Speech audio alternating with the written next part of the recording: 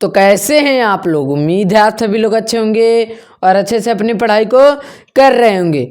आज की इस वीडियो में हम लोग पढ़ेंगे प्रकाश का परावर्तन एवं प्रकाश का अपवर्तन, यानी कि इस तरह से इसको पढ़ेंगे कि एग्ज़ाम में 6 नंबर 7 नंबर से आए, यानी कि लॉन्ग में आए और हम लोग अच्छी तरीके से लिख लें और पूरा नंबर हमको मिल जाए। तो चलिए बिना देरी किए हुए हम इस वीडियो को शुरू करते हैं। आप सभी लोग पूरा ध्यान केंद्रित करके इसको देखिएगा, एकदम आपको लिखने की ज़रूरत ही नहीं पड़ेगी, एकदम अच्छी तरीके से याद हो जाएगा। देखिए अब क्या है, यह तो ऑटोमेटिक चित्र बना, इसका नाम कुछ भी दे दीजिए। इसका नाम ए दे दीजिए, बी दे दीजिए, इसका नाम ओ दे दीजिए, इसका नाम क्या ए बी सी डी और एफ दे दीजिए। ठीक, आप एकदम ध्यान से सुनिएगा। प्रकाश का पहले जान लेते हैं परिभाषा। प्रकाश का परावर्तन किसे कहते हैं? जब प्रकाश की किरण क्या है, जब प्रकाश की किरण कहाँ पड़ती है? किसी चमकीली सतह पर पड़ती है। कहाँ पड़ती है? जब प्रकाश की किरण किसी चमकीली सतह पर पड़ती है तो वह अपने मार्ग से विचलित होकर उसी माध्यम में लौट जाती है। क्या हो जाती है? उसी माध्यम में लौट जाती है। उसे क्या कहते हैं? प्रकाश का परावर्तन कहते हैं। क्या कहते हैं? प्रकाश का परावर्तन। एक बार और, जब प्रकाश की किरण किसी चमकीली सतह पर पड़ती है और वह अपने मार्ग से विचलित होकर उसी माध्यम में लौट जाती है, उसे क्या कहते हैं? प्रकाश का परावर्तन कहते हैं। एक बार और, जब प्रकाश की किरण कहाँ पड़ती है? जब प्रकाश की किरण किसी चमकीली सतह पर पड़ती है तो वह क्या होती है? अपने मार्ग से विचलित होकर उसी माध्यम में लौट जाती है। उसे क्या कहते हैं? प्रकाश का परावर्तन कहते हैं। एकदम ध्यान से सुनिएगा। आने वाली किरण को क्या चीज़? आने वाली किरण को आपतित किरण कहते हैं। कौन सी किरण कहते हैं? आपतित किरण कहते हैं। आपतित किरण। और जाने वाली किरण को परावर्तित किरण कहते हैं। क्या कहते हैं? परावर्तित किरण। परावर्तित किरण। फिर एकदम ध्यान से सुनिएगा। आपतित किरण और यह है अभिलंब। क्या है? अभिलंब। अभिलंब है। और यह जो है यह इसे कहते हैं आपतन बिंदु। क्या कहते हैं? आपतन बिंदु। देखिए, अब देखिए, यानी कि अब यह आने वाली किरण को आपतित किरण कहते हैं और जाने वाली किरण को परावर्तित किरण कहते हैं।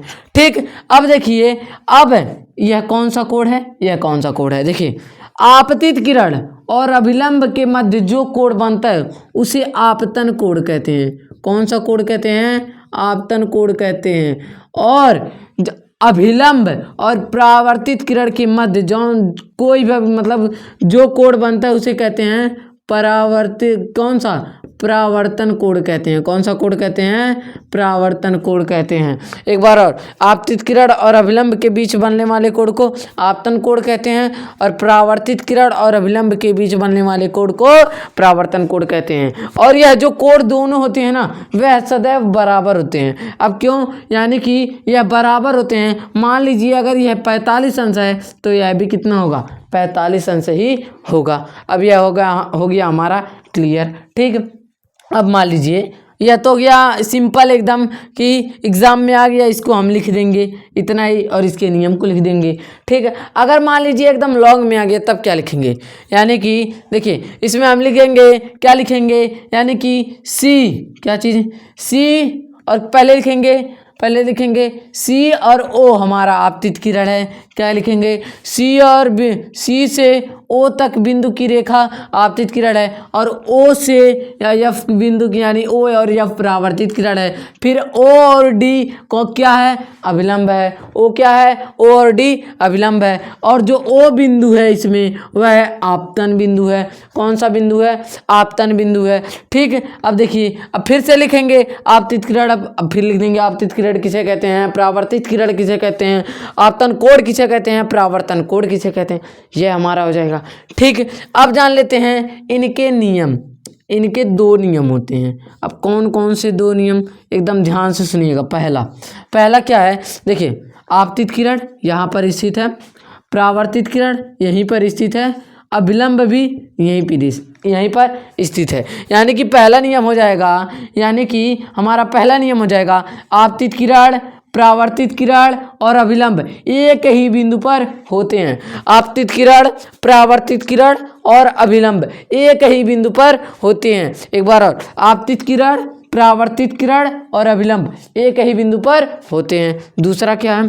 दूसरा हमारा है, हम आपको बताए हैं कि अगर मान लीजिए यह कोण 45 अंश का है तो यह कोण भी 45 अंश का होगा। हमारा दूसरा नियम यही है कि क्या होता है, आपतन कोण तथा परावर्तन कोण आपस में सदैव इक्वल होते हैं, बराबर होते हैं। क्या होते हैं? सदैव आपस में बराबर होते हैं। अब देखिए यह हमारा खत्म हो गया। अब हम लोग चलते हैं प्रकाश के अपवर्तन की ओर। कहाँ चलते हैं? प्रकाश के अपवर्तन की ओर। पहले इसको इरेज करते हैं। देखिए प्रकाश का अपवर्तन, एकदम ध्यान से सुनिएगा, इसको रखते हैं।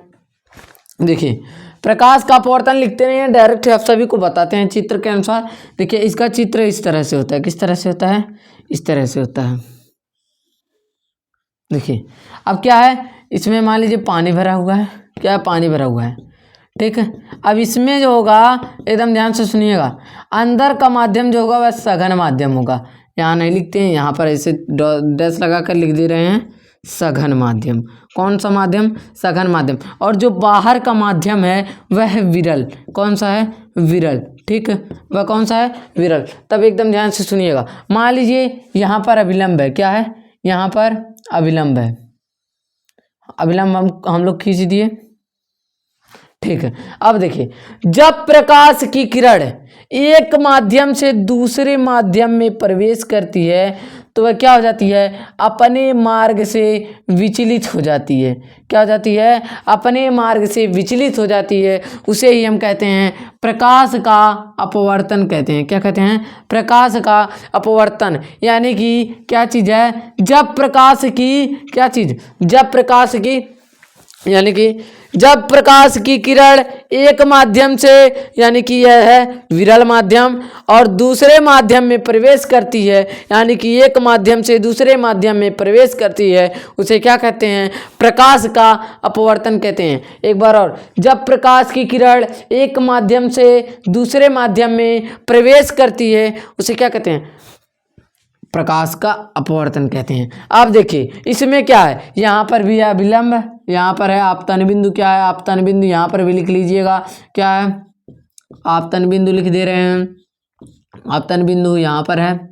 देखिए अब एकदम ध्यान से देखिए, इसमें आने वाली किरण को आपतित किरण ही कहते हैं। इसमें भी आपतित किरण भी कहते हैं, इसमें भी आपतित किरण कहते हैं। लेकिन इसमें जो किरण जा रही है, यानी इस वाले किरण को अपवर्तित किरण कहते हैं। कौन सा किरण कहते हैं? अपवर्तित किरण कहते हैं। देखिए अपवर्तित किरण, ठीक। अब देखिए यहाँ पर भी कोण बन रहा है, यहाँ पर भी कोण बन रहा है। देखिए यहाँ पर जो कोण बनेगा उसे कहेंगे आपतन कोण। क्या कहेंगे? आपतन कोण।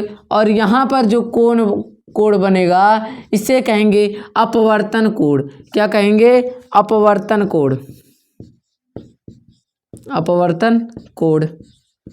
देखिए अब यह हो गया हमारा पूरा नाम। इसे भी आप सभी लोग नाम दे सकते हैं ABP,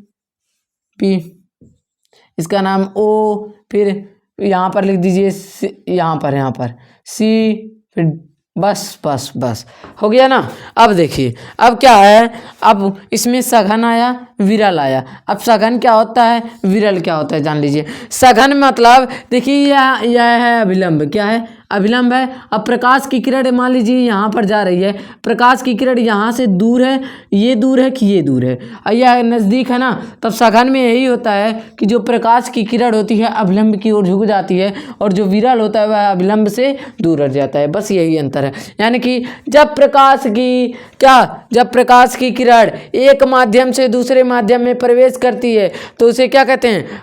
वह अपने मार्ग से विचलित हो जाती है, उसे क्या कहते हैं? प्रकाश का अपवर्तन कहते हैं, यानी कि आने वाली किरण को आपतित किरण, जाने वाली किरण को अपवर्तित किरण। फिर क्या चीज़, अभिलंब, यह है अभिलंब, हमारा यही है अभिलंब, क्या है अभिलंब। देखिए अब क्या, शायद ऊपर नहीं दिख रहा होगा, उसको नीचे कर लेते हैं। देखिए ऊपर नहीं दिख रहा होगा, इसीलिए ऊपर नीचे कर लेते हैं। देखिए अब क्या है, हमारा यही है अभिलंब। अब आपतित किरण और अभिलंब के मध्य जो कोण बनेगा उसे कहेंगे आपतन कोण, और अपवर्तित किरण और क्या चीज़, अभिलंब, यहाँ पर भी है, अभिलंब के मध्य जो कोण बनेगा उसे कहेंगे अपवर्तन कोण। क्या कहेंगे, अपवर्तन कोण। तब एकदम ध्यान से सुनिएगा, इनके भी दो नियम होते हैं। कौन कौन, पहला है आपतित किरण, अपवर्तित किरण और अभिलंब एक ही बिंदु पर होते हैं। उसमें भी यही, वहाँ पर था आपतित किरण परावर्तित किरण, लेकिन यहाँ पर हो जाएगा अपवर्तित किरण, एक ही बिंदु पर होते हैं। ठीक।